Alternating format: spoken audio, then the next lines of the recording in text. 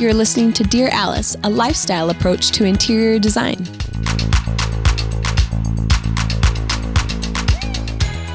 Hi, welcome to Dear Alice. Today we have our very own Morgan with us today, and we are going to be talking about styling and organization for your closets. Ladies, the closet isn't what it used to be, is it? Nope. We make full rooms out of closets now. We've kind of become famous for it a little bit. That's kind of our thing. Yes. People always ask us about and they say, I saw you first when I saw Rachel Parcells' closet. I feel like we get a lot of that. And so people want that. People want to live more lovely. And yeah, the closet is definitely not what it used to be. Yeah. In fact, we've even coined the phrase for the closets, the dressing room. Yes. That we create dressing rooms now. And anyway, we wanted to bring Morgan on here today. I'll first tell you a little bit about her. She's been with us for 4 years, and Morgan can tell us a little bit about the work she did before she came to Alice Lane. But she is an organization pro, and she loves luxury. And she knows all the best ways to hang clothes, organize clothes. And also what I love about her is she knows exactly what to do with purses and shoes. There's like different things that you do for different brands depending on the bag. And so for all of our lovely photo shoots with influencers and great collectors of fashion, she knows exactly how to place the bags, the handles. Some of the handles kiss, she's told us. You do certain things with the straps. Anyway, a long time ago, I don't know, years ago, I hired Morgan to come in and help me with my closet. And the editing is every bit as much important as what to do with the clothes that are going to stay in it. So anyway, Morgan, will you first tell everybody, how did you go about getting started in closets? And how do you do it? I was working in high-end retail, so I was working at Prada and Saks Fifth Avenue, and I always just have loved organizing and cleaning, but all my clients were like, I just need you to come see everything I have. And it kind of started that way of just cleaning out what they had so we could make room for more. And that was my goal. Yeah. Doesn't that sound like fun, everybody? Yeah. Merry Christmas. Yeah. So it started that way. And I too found Alice Lane when I was in Chicago from Rachel Parcells' closet. And it always was kind of something in my mind that I knew I wanted to create. I wanted someone to have a whole dressing room. I'm like, closets are not built for enough of our beautiful clothing. They should be displayed like a beautiful retail space, like when you walk into a high-end luxury retailer. And so when I saw Alice Lane, I was in Chicago, like I said, and I was like, they're doing it. That's what I want to do. And now 5 years later, I'm here and I get to help them. And it just sometimes feels like a little dream that I get to do it every day. So it's fun. That is so fun. So today Morgan works on our team, the trade team. So she helps interior designers that shop at Alice Lane fulfill their roles and helps them with anything that they might need for their projects, as well as she offers free design services. And so people wanting new furniture for their homes. So it's kind of a side hustle for her. She has a little business called Posey's Closets, right? Yep. Yeah. P-O-S-I-E apostrophe P-O-S-Y. P-O-S-Y. Yeah. P-O-S-Y. What's the Instagram handle for that? P-O-S-Y-S Closets. Posey's Closets. So yeah, I do it on the side whenever I can. I do organized closets or organized pantries, really anything. And just try to make everything feel more luxurious and beautiful. And so amazing to have good. Morgan on our team to get to go in and fill these closets and thin them out and hang everything in a way that's really organized. It's such a lovely experience. And I think now that it's the new year, it could be really fun for you guys to learn from Morgan's best practices and put some of this to use in your own closet. Or if you're dreaming of a new closet, Suzanne and I can also share some tips on what we do in the design process of building the ultimate dressing room too. But today's question is from Mel at Mel K. Kayogs. She asks, how can I make my smaller walk-in closet feel large and glamorous like the ones you've designed for fashion influencers? It's a great question. So Morgan, you have to picture in your mind, just like the average walk-in closet. Yeah. what are some tips that you're going to tell everybody at home that has a walk-in closet? How can they make their closets feel larger and more luxurious? I think for me, it's less is more, and you need to have it categorized. You need to just have it organized. Everything should have a home and a space within your closet. And there's a few steps that we can get it to be that way. But it doesn't need to be a full dressing room. You can still make it feel luxurious and like you're walking into a Prada or wherever your favorite, luxury designer store is. So there's a few steps to get that way, but it's possible. Yeah. We can do it. I think one of the things that was most alarming for me and really liberating at the same time was Morgan had me take all of my clothes out of my closet, and I had to fight for what I really wanted to go back in there. She did. and so I would hold something up and Morgan would shake her head no, and I would throw it in my bathtub. And I would hold something up and she'd kind of cock her head sideways, like maybe, and then she'd say, put it on. And so I would put it on, and then she would let me know if I could keep it or not. So I will say to you, you need somebody in your life that you can trust, that can be objective with you. Yeah. Because otherwise you're going to try and rescue everything and put it back in your closet again. Right. And in cleaning out your closet, you really do need to get rid of so many things that you just keep making excuses for, or maybe you say, oh, it was expensive, or it's so meaningful. Maybe if it's a wedding dress or something meaningful, it can go in a guest closet, but it doesn't have to take up room in your everyday closet, right? Yeah. So would you say one of your first tips would be to take everything out? Yes, take everything out of the closet. Start from scratch. So we're going to remove everything, and we're going to make 3 piles. We're going to figure out what you want to keep, what you want to donate, and you should sell a lot of stuff. Why throw away your beautiful clothes? They are beautiful, but they may not work for your lifestyle anymore. Yeah. So sell them. Try to sell them or donate them to your friends. So make 3 piles. And this way it's more objective, and you really have to think about every single thing you're doing. I know Marie Kondo, says, does it spark joy? And not only does it spark joy, but does it work for your life? Would you put it on right now? If you had somewhere to go, would you grab that piece? And if you don't, then throw it away. It doesn't matter how much you paid for it. Get rid of it. It should not go back into your closet, because that is what's causing the traffic jam in the closet of all this stuff that you've made excuses for, like Jess said. Yeah. And hopes to wear one day, and you never will. Yeah. Let's be real. That's great. I feel like we hold ourselves back too, because we are so emotional about those purchases, that I love that. Just find someone totally unbiased, like a Morgan. In fact, Morgan, I want you to do this for me. Everybody needs a Morgan. Find your Morgan and have them be really opinionated about it, and opinionated for you to look your very best. Yeah. I love that. Yeah. Do you have like a rule of thumb? Like if you haven't worn it in X amount of months or whatever, get rid of it? Yeah, I do. I always like to say if you didn't wear it last season, because I feel like it depends what time of the year you're doing it. But if it was a sweater and you didn't wear it all winter, or you wore it once last winter, it's time to part. That's a really good rule. I can think of a few things right now that didn't make the cut last season. That's great. Okay, so once everything's out, we've determined that we've got 3 piles. We want to get all of the same hanger. Yes. Why is that important? Hanger. Yes. Okay, so if you're walking into a showroom, yes, every single thing is hung on the same hanger. And that creates unison, and it will look very clean and streamlined. And that is what most of our influencers are having. They have, everything's the same. It all looks very clean and streamlined. And that's the goal, is to make this look like a showroom and like every influencer's closet.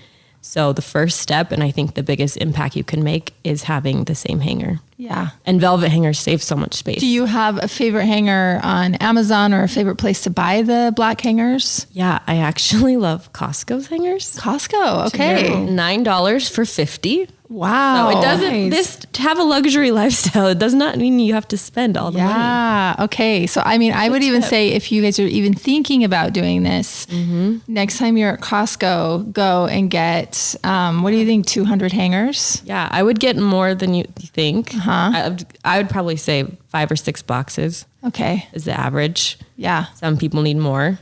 So is a box 50 hangers? Okay. Yeah, and it's $9. Yeah. So get all the hangers. And then that way, when you are in the mood to take on this project, you already have the hangers, because you don't want to be putting your stuff back on your old hangers and then go buy the hangers and then have to rehang them all again. So probably step number 1 is go get the hangers right now. Yes. Right? Yeah. And then when you're feeling it, then you're ready. You're ready. Yes. Okay, great. Okay, so next step, we've got the hangers, we've got the 3 piles. We're in the mood to do this. We've got an accountability coach with us that's going to help. It's going to help us thin through our stuff and be really objective with us. Yeah. Then what do we do? So then when you're hanging everything, it all needs to, I don't know if I can say this, but everything, the little phrase that I like to say is tits to the left when you're hanging. Mm-hmm. So it all needs to hang facing the left. Mm-hmm. If you're shopping in a retail space, if you notice everything's facing the same way, and that's what it should be for you, it's easier to shop your closet. Yeah. And that's what this experience should be, is as if you're shopping in your closet. That's the best. So yeah. So the fronts of all your clothing are facing the same direction. To the left. That makes a ton of sense. It's a little phrase that, you're probably going to just... It sticks. It's just going to stick. I heard it a long time ago and I'm like, oh, that makes a lot of sense. Yeah. Yep. So tits to the left when you're hanging. There we go. Very good. And then you want to have it in categories. So I always like to have, if I have 2 hanging spaces that are on top of each other, I'd want the tops on the top shelf and the bottoms on the bottom shelf. Mm-hmm. It just makes sense. Mm-hmm. It's just how, imagine as if you're dressing yourself, the top on the bottom. And then within that, it should be color categorized. And so it's light to dark, and then short sleeve to long sleeve. Mm-hmm.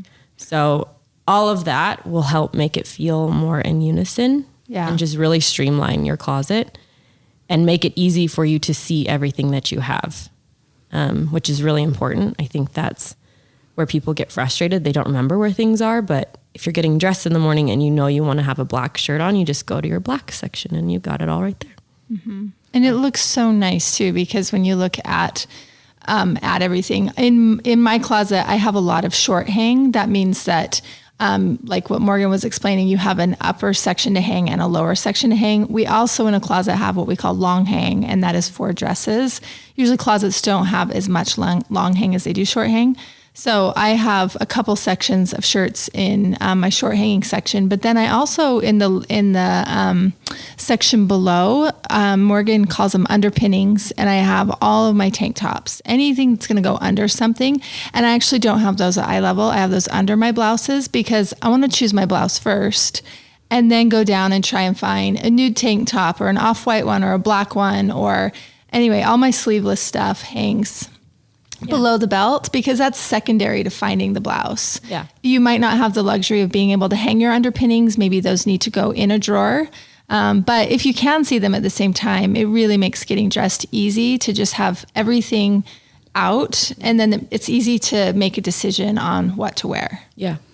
Yeah. It's also probably nice knowing what you don't have once it is categorized, because then you can be like, wow, I really am lacking in, I need a new white shirt. I need more color. I need more. You can really identify what your needs are, which that'll make shopping so much fun, you guys. Exactly. Because you know what you're looking for and what you need. Yeah, you're not just grabbing whatever you see. Mm-hmm. Or you're like, purpose. I think I have a problem.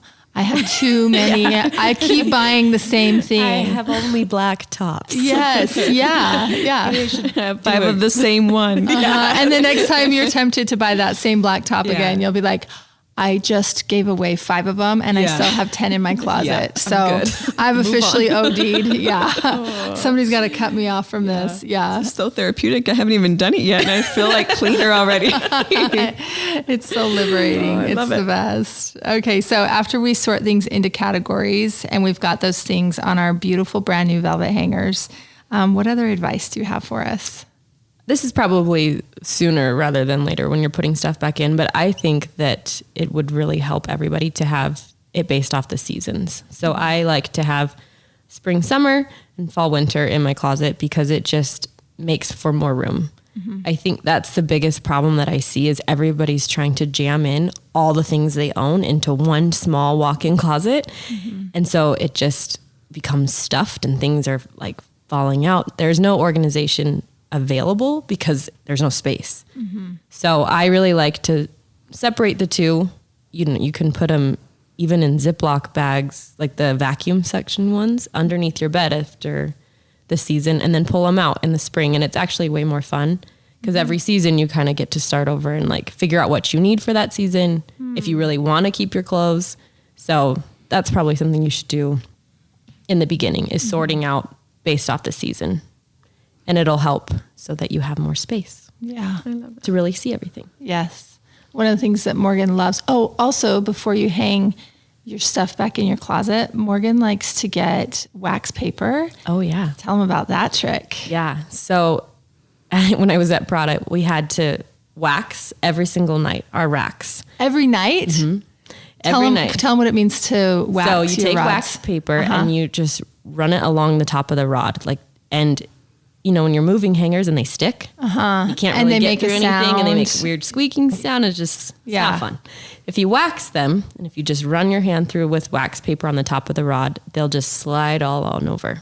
Beautiful. So it's much easier to actually see everything. Okay, so while the clothes are out of the closet still, Yeah, you can next do it. step would be maybe like vacuum and clean it really well and then Yeah. wax your rods. Yeah. And then you can start putting your clothes back Yeah. in it on your beautiful hangers.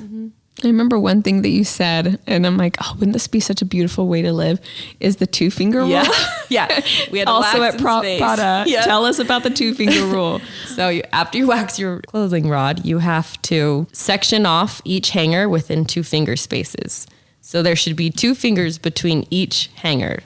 If you work for Prada. If you work for Prada. No. Yeah. But if you have enough space in your closet or if you've, you know, taken out seasonal things, you could have it spaced relatively similar.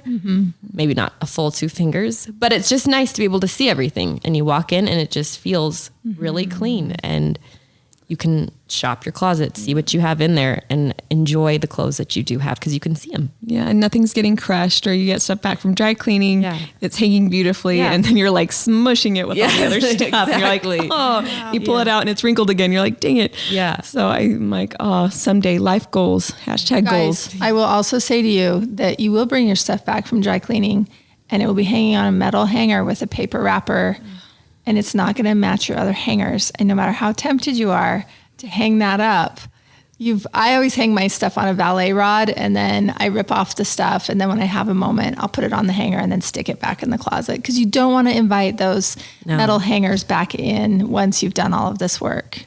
That's something I like to do is when you're even with the clothing you're wearing that day, take it completely off the hanger and take the hanger out of that spot because you'll forget it. You'll go grab a different hanger when you're going to put it back in after you washed it. So just have a pile of extra hangers kind of in the back of your closet or on a top shelf that when you're done with something for the day or you're going to put it on, take the hanger fully out so you don't have a bunch of empty hangers that just kind of get lost in the shuffle.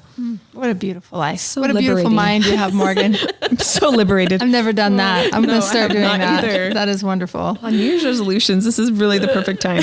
Yes, that is great. Okay, so let's talk about, in when we're designing closets, today it seems like all of the new construction we're doing is, it's a bedroom and then there's a bathroom and then off of the bathroom now is the closet because people like to get out of the shower, dry off and go into the closet to get ready.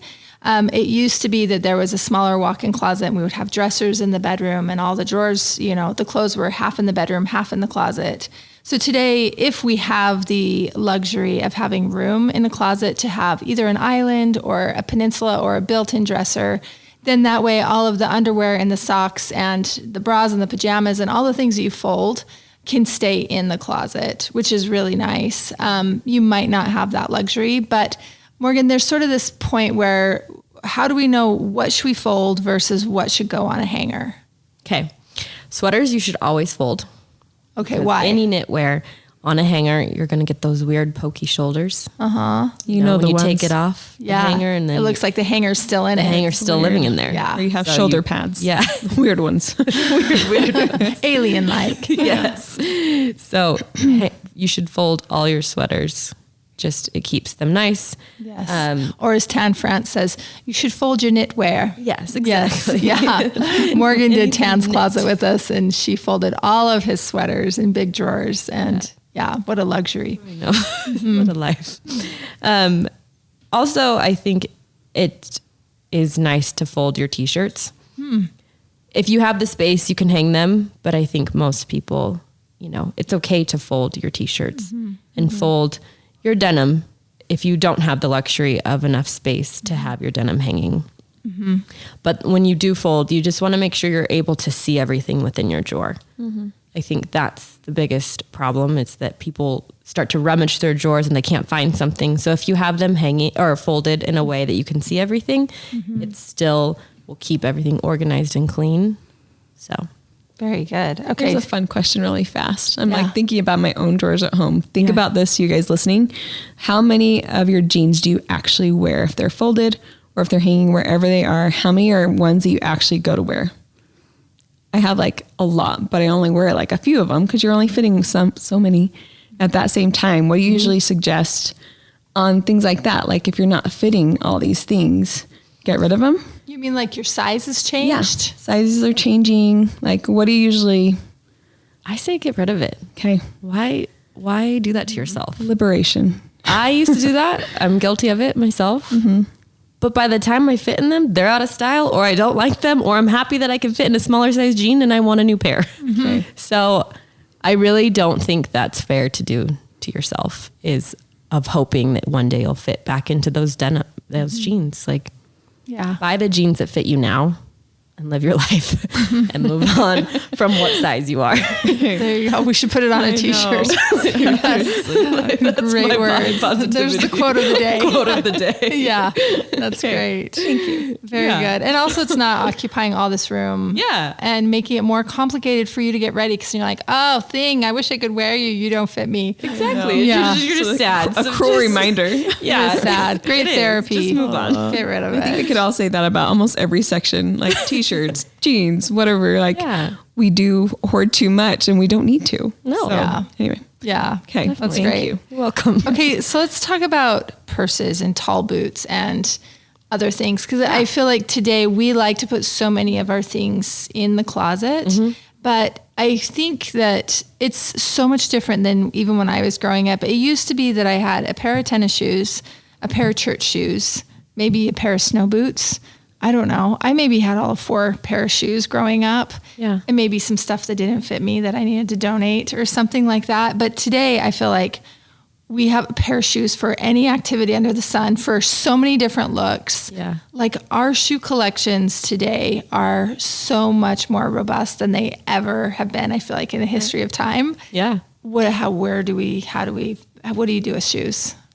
I love to use shoes almost as like a sculptural piece as far as styling in the closet. I know when I've done the closets for, a lot of Alice Lane's clients, I use them as display and art because most of them are beautiful and they should be on display. So you want to make sure they're always in their pair and you want to use them. You want to have them on display. You want them, like, put them in shelves, style them with your handbags, make moments, stack them on books. And I think the sad thing is a lot of people don't get to wear all their pretty shoes, so they should be on display. With tall boots, you want to make sure that you stuff them. If you have the room, move a shelf so that they can hang or like stand up straight. And if you stuff them with tissue paper, they're not going to fall and slouch and ruin these beautiful leather because most of the time they'll just like flop on the ground or shove them in the shelf. So if you have them stuffed with tissue or even like the wrapping that comes with it, a lot of times, it comes with something to put in the shaft of the boot. Keep that. Do you ever use like those boot forms? I've seen those too. Yeah. So those are always good. Anything that can just hold the shape of your shoe, because I think that's most of the time they just end up getting ruined because you're just shoving them in the corner. But I think you can put them in places that you wouldn't think of, like shelving. I love to put them in the open shelving that aren't maybe for shoes, but you can mix them with a great handbag and also stuff your handbags. If you want them on display, make sure you stuff them with tissue so they hold their shape and keep the duster that it comes with. So when you're taking it out, you can just put all of the stuffing in the duster. And then when you come back, you just put it right back in its spot. Very good. Beautiful.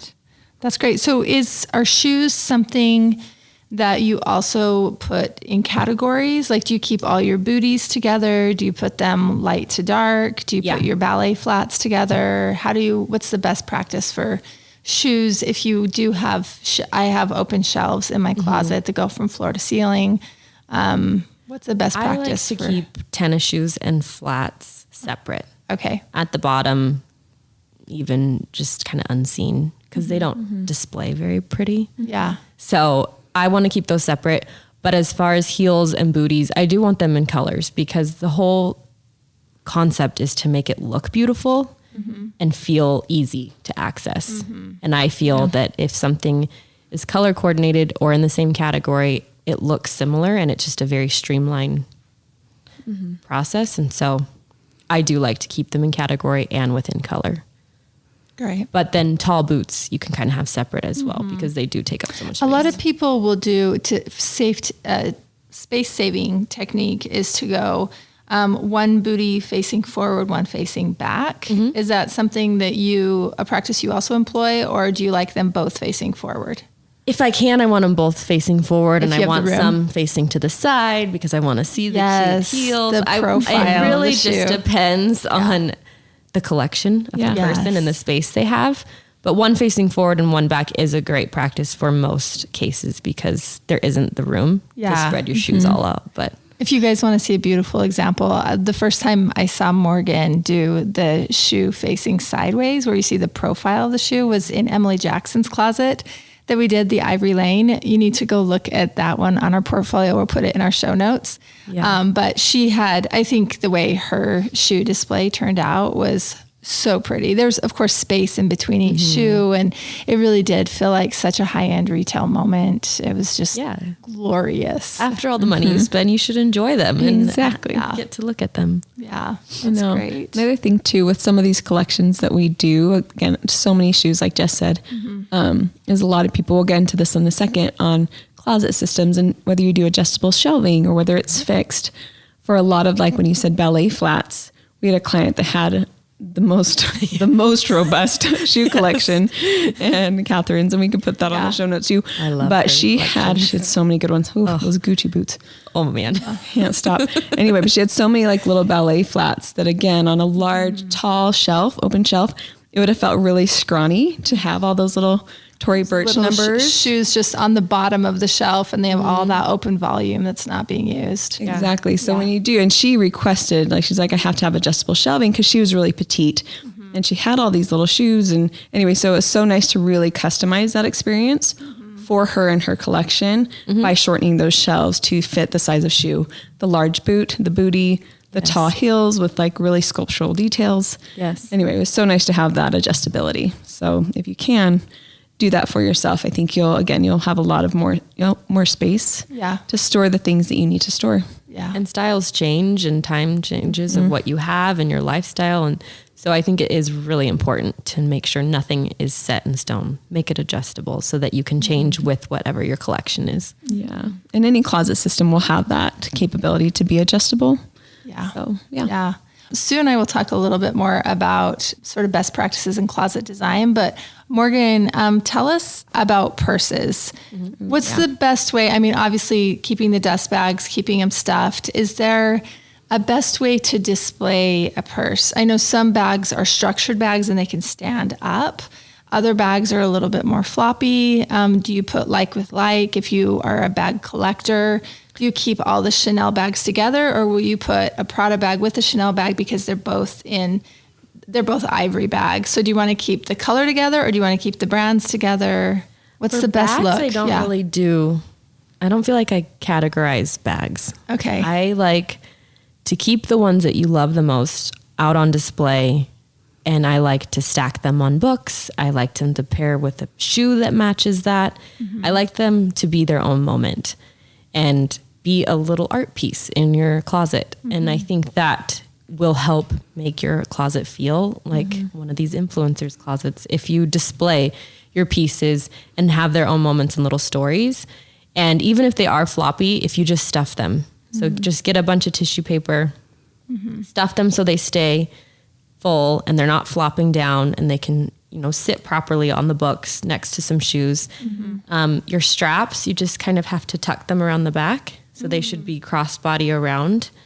I know in Catherine Wong's, we can, on her display of bags, you can see that if it has long strappy handles, you just wrap it around the back.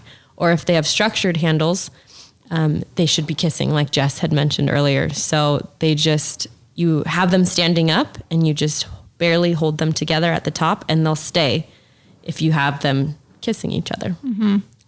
So when you talk about the strap around the back, would that be like on a Chanel bag that has a chain for a crossbody strap? So the chain would go around the back of the bag. Yeah. But on maybe a Prada bag that's more structured, that has the tall handles that are stiff. Right. Those should be kissing. Yeah. Okay. Yeah. Great. You just don't want things to be flopping around or it undone. Yeah. You just want everything to look purposeful Yes. and to have in home. Yes, I love that. That is great. The project that we were just talking about, Catherine's, that has all the great bags and everything, it's called The Dressing Room on our portfolio if you want to check that out. So Sue, let's talk a little bit about when we're designing a closet. So we have the small walk-in closet like we just talked about. And I want, some of you guys might be thinking, oh, wouldn't that be great to have a bigger closet? We'll talk a little bit about, if you have more room, some of the best practices that we employ in when we're designing these, and they can be anything, and like the different types of construction, whether it's cabinetry, classy closets, or maybe your finish worker that does it. We'll get into that too. But one of the things that I think is the ultimate luxury in closets is space. Yes. And there's something that we continue to do again and again and again. And I just want to say it out loud so you guys can give yourself permission to do it too, if this applies. If you are living in a household and maybe your kids have left away from home, the adjacent bedroom to your bathroom is a really great opportunity to bust through the wall and make that bedroom a closet. just because your house wasn't born with a big closet does not mean that you cannot make it a closet. And we've done that a lot of times. We just have to give people permission to be able to take over that room. It doesn't mean that you have to keep trying to make your small walk-in closet work. That second bedroom is a really great opportunity to be a closet. In fact, the project that we talked about, the dressing room on our portfolio, that is the perfect example. That was a guest bedroom turned walk-in closet. We've taken an office and made it into a closet before by busting through the wall. We've taken any room that's adjacent. Oh yeah, Tan's was the attic. Tan Francis' closet was the attic of his home. Yeah, and you just took a little set of stairs just off of his bedroom up into the attic, and the entire thing, you can see that on our portfolio too. It does have a pitch that runs the full length of it, and we don't have a lot of height, but you'll be able to see how it came off the walls to create straights so that we had enough room to hang clothing. So if you're dreaming of a great closet someday, you probably have the room.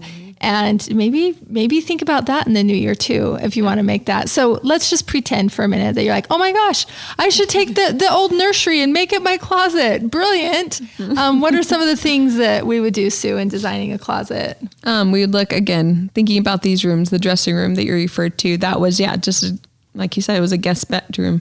And we just knocked a hole, and she had a walk-in closet that was fine. It was fine. But again, her collections were so crazy that it was just bursting to the seams. Like you could not see anything in this closet. So anyway, we kind of collaborated and figured out, let's use this room. And we literally just did a big opening from her closet into this guest bedroom. And then what you'll do, if you're probably going to use a designer and possibly an architect to draft this up, you're really going to consider what is on all the walls of this extra guest bedroom.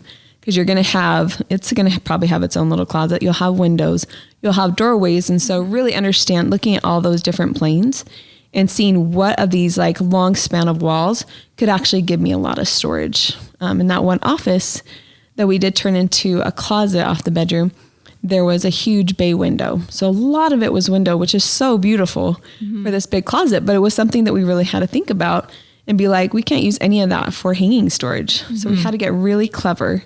Or we would have to give up windows. Yeah, exactly. We didn't want to give up windows. No, it was at the front of the house. And And so anyway, we got really clever, and we'll be shooting that hopefully in this next 6 months or so. But you just have to be really thoughtful on, is this bedroom going to have enough wall space to store the things that I have to store?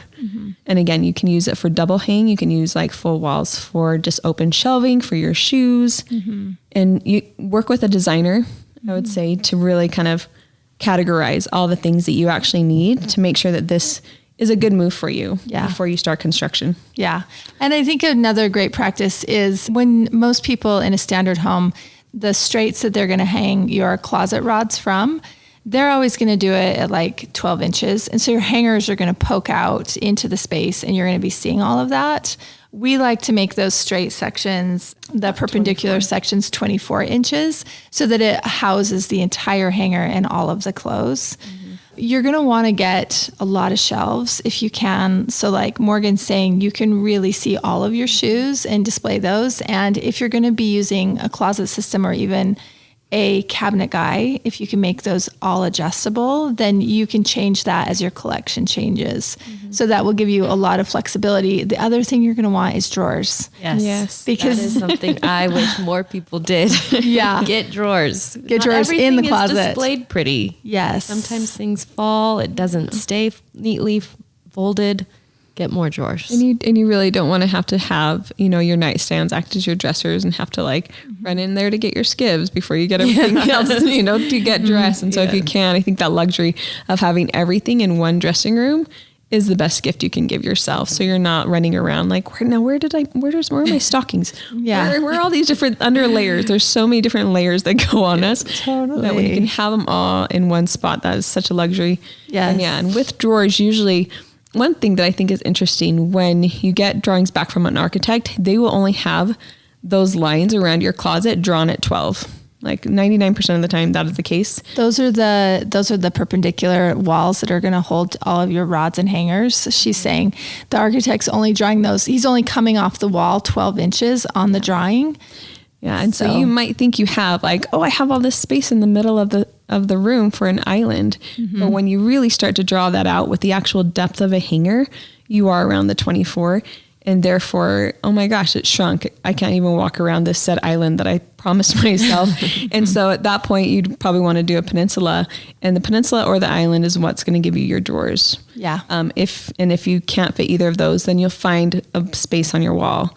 Usually under a window, if you're using that guest bedroom, under a window is a great spot to do that dresser drawers. And then you have a nice top that you can display a tray of your sunnies and your jewelry or whatever you Perfume want. bottles. Yeah, all the things. Yeah. And we always want to, like in small spaces and large spaces, we always want to get mirrors in a space. Again, above a dresser is a great spot. You have one, Jess, I think above your peninsula. Yep. Where it just like allows light to come in there. And it's a luxury. A lot of closets are on interior spaces and don't have a window. Right. In those cases, you have a skylight. I do. I have a skylight in my closet. And then my husband has a flush mount over his section. I have a flush mount over my section. So we have plenty of light day or night to be able to get dressed by. And then we have a big mirror that helps bounce that light around. And we also have a mirror on the back of our door that's a full-length mirror. Nice. So be sure and get a full-length mirror in there. I have a little ottoman in my section so I can pull my boots on or pull my pants off. So it is a luxury, but if you can get a little seat in your closet somehow, even if it's just a little ottoman to be able to sort of balance on or sit on, that's something that's also going to make your closet feel like a dressing room. Yes. Yeah. So anyway, hope this is helpful. Morgan, it's been so fun having you on here, sharing all your tips and tricks with all of our listeners today. And I hope this will be really fun for you guys in the new year to rethink your closet and make it a space that you really love. When you get dressed in the morning, it's a fun thing to do, to go in there and feel like a fashion plate instead of feel like it's this terrible task to have to try and pull together an outfit. So anyway, hope that helps. Again, great having you, Morgan, and we'll see you next time.